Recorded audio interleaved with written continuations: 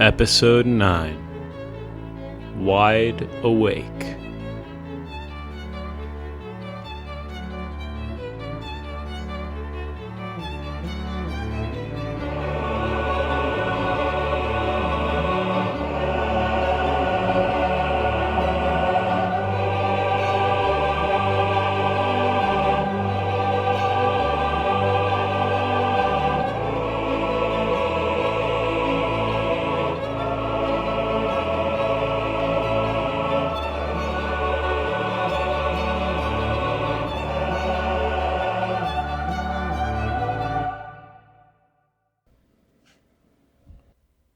Close your eyes and let your ears wander.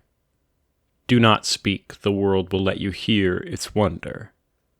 Your heartbeat is felt by the world. If you bleed, it will. If you heal, it will. Everywhere those wing beats echo is your world. Genesis awoke in a field. A large, sprawling field with golden light shining down on her from above. Healing light. The burning she felt on her back was gone. When she raised her head to look, she saw an endless world of gentle, green grass. And someone sitting just next to her, reading a book. They were wearing a dreadfully pretty dress that looked like it was made of individual sheets of notebook paper, getting more red as you looked up their figure, ultimately converging upon their heart in a folded paper rose, doused in red ink of some sort. They shut the book and gently brushed their hand against the top of her head. The stranger took in a breath and sighed before smiling. The person in the paper dress spoke to the girl, introducing themselves. Las Vegas was a spire of intellect and technology rising high into the white sky, far past the clouds. It was a community of endless diversity known as the first city in the Wonderland. Though mostly populated by conscious but undead zombies, it was still a sizable hub for the entire world's culture. As Cat and Phantasm approached from afar, they had never seen it in a worse shape. Buildings flipped upside down, a swirling mass of bent steel and shattered glass. It looked like a spherical hurricane, or raging shield conjured by a war-torn home. Cat approached the city with Phantasm, both women rushing against the tide of evacuating citizens running for salvation. Phantasm paused, just as they had reached the edge of the city. She looked at Cat with a worried expression. With all the chaos and destruction around, she murmured,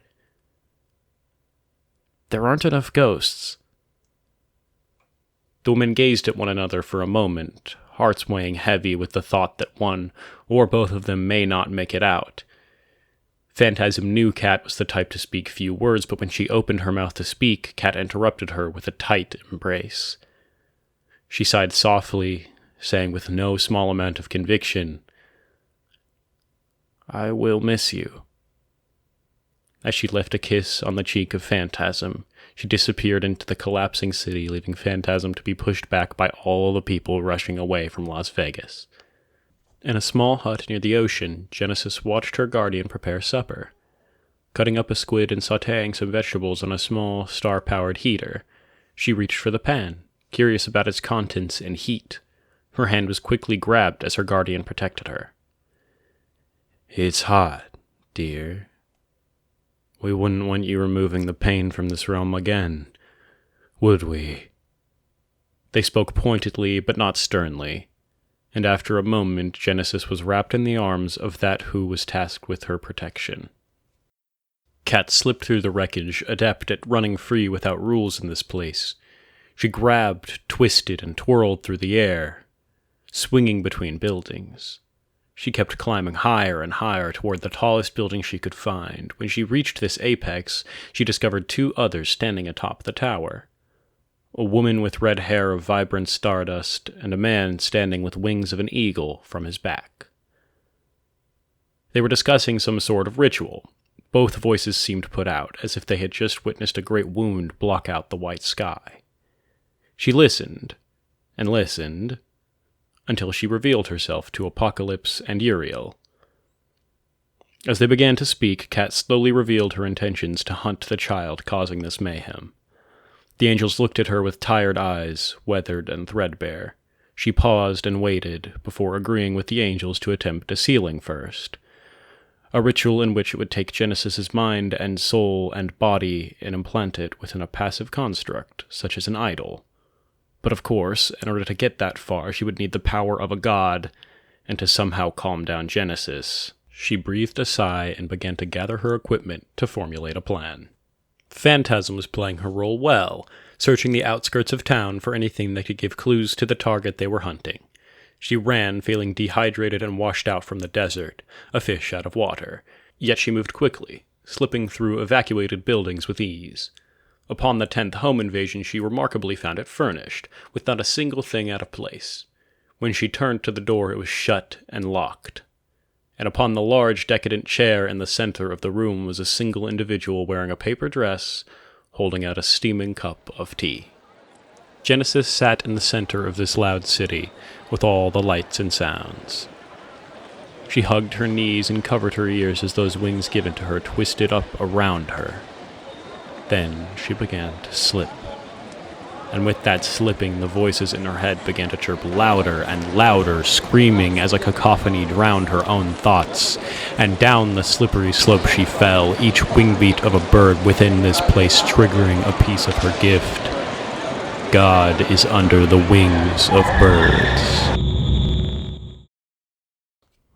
Kat dove from the building, having taken 2 things from the angels: strands of the hair of Apocalypse, and a watch to bring out the blessing given to her before.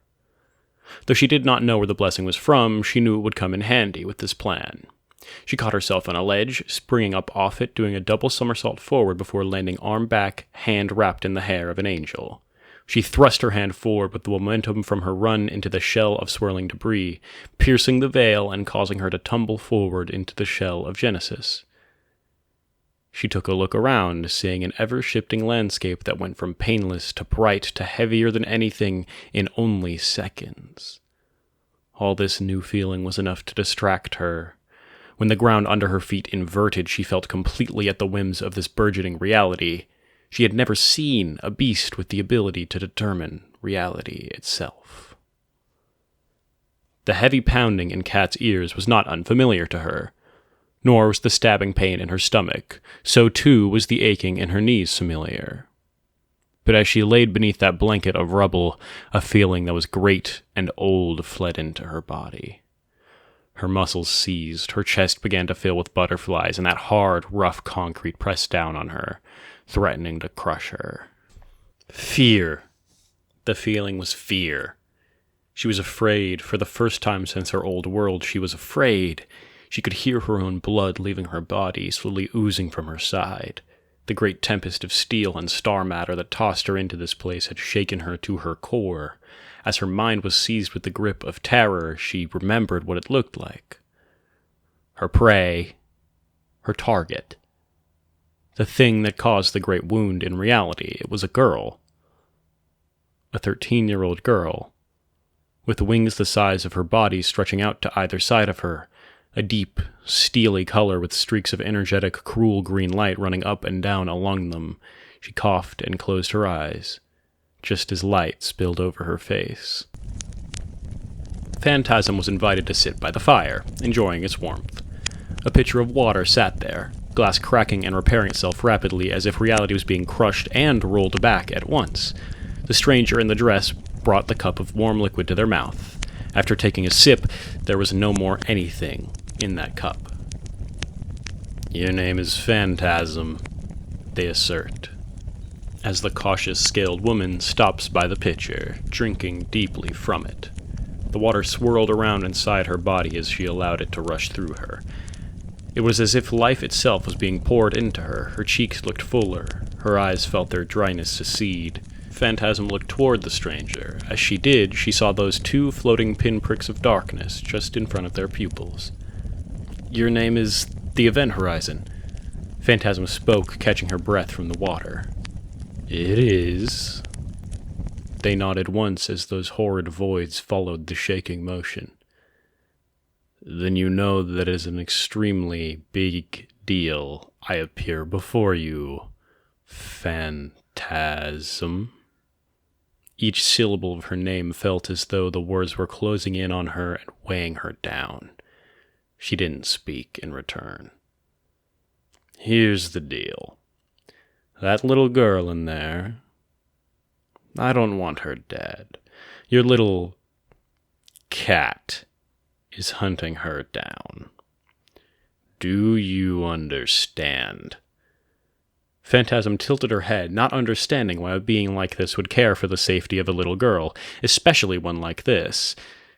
They looked down at their dress and plucked a single, out-of-place, discolored sheet from it, placing it upon the desk next to them, before they stood floating just above the floor and disappeared.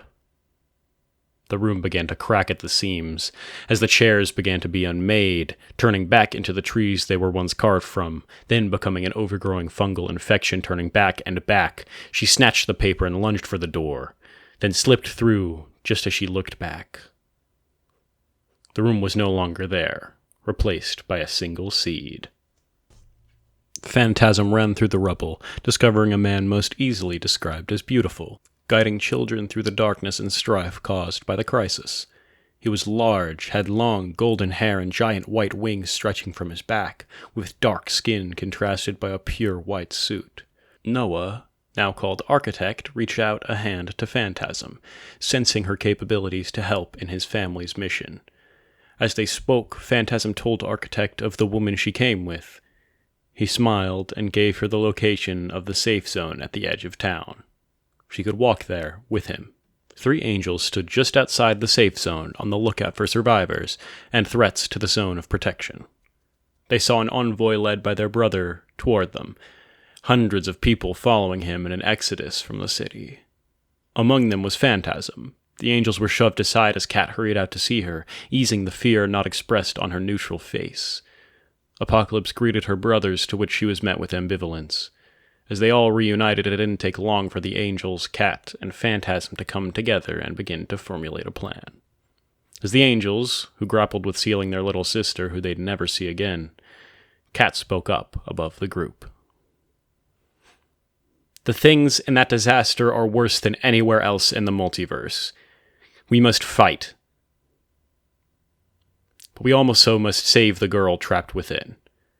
Which is why I believe the right course of action is clear. She held up Phantasm's hand with the paper from the event horizon.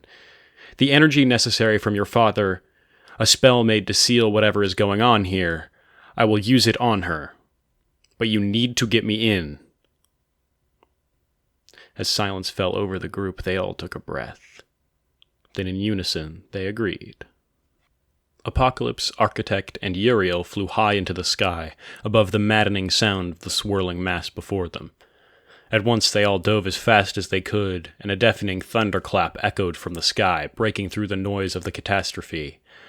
Upon impact, all angels shattered the outer shell of the mayhem. At the same time, Kat and Phantasm slipped through into the belly of the beast. Phantasm glanced at Kat one more time before drawing forth the ghost of God himself, and as both were protected, they began to trudge forward toward the core of this place, where water was hot as steel, and air flowed like magma. Kat squeezed her hand tight, dragging along Phantasm through this place, but she could notice the toll of such a power weighing on her friend. Phantasm would not stop, though, and to complete the mission, Phantasm would have to continue projecting the protection of God over Kat. They exchanged glances, then embraced one more time. She shoved her away with all the strength she had left as the ghost of a deity thrust the woman away from that which she loved, all the way to the heart. Kat looked back as the woman she had found joy and family with disappeared into nothing. She began to breathe heavy as the protection of God waned, and her watch began to pull its weight in projecting her from the reality caving in. She held out a hand toward where Phantasm was. She fell to her knees. She looked at the paper as her eyes got bleary, and her throat welled up with tears. Kat had shed few tears in her life. She was tough and calloused, but this woman deserved it, and so, hands on her heart, she cried for a few moments. Then she stood and turned towards Genesis. She reached out her hand towards the girl, knowing very well that even with the sky whale's protection, she would most likely dissolve away into nothing after only a few moments. Kat still reached towards Genesis. The angel saw the hand reaching through the wall of swirling steel and cutting glass. She reached up toward it as those wing beats from all over this place echoed in her ears, pumping through her body and causing even more warping. Her breathing tightened. She could smell the blood getting drawn from the hand. Kat winced, bile rising in her throat, burning her nose. Her hand was being put through a shredder she knew would kill her, but she kept it out toward the girl. Kat knew exactly how Genesis would feel after all that destruction. More tears began to well within her eyes. Genesis kept reaching as if space itself stretched between the two, making sure that they could never touch, making sure that she could never get help. She began to try and flap her own wings, but the neutron star that formed them weighed her down like an anchor to the abyss. Kat, held back by her own watch containing the protection of the sky whales, unclasped it from her wrist and dove into that shredding wall. She found purchase on a chunk of debris and pushed with all her might. Then she felt her body erupt with intense pain, slicing her flesh and grinding her bones. But she felt Genesis in her arms, and she held tight as she could hold. Her tears flowed around them, beginning to dissolve the barrier. She whispered to Genesis, telling her that everything would be okay. And she drew her last breath and pressed the sheet of paper from the event horizon onto Genesis. Genesis, embraced by Kat, knew what she had to do, so she took in all the miracles of her siblings and began to sing a song, an equation to shackle her within the earth of Las Vegas, that she would no longer allow herself to destroy reality again, that she could never again lose everything. Kat was born again that day, a baby with golden eyes to a mother and father of feline heritage. It seems she found her gift that day, and she had 8 more lives to live. Even with all that tragedy she experienced, she would be reborn 8 more times.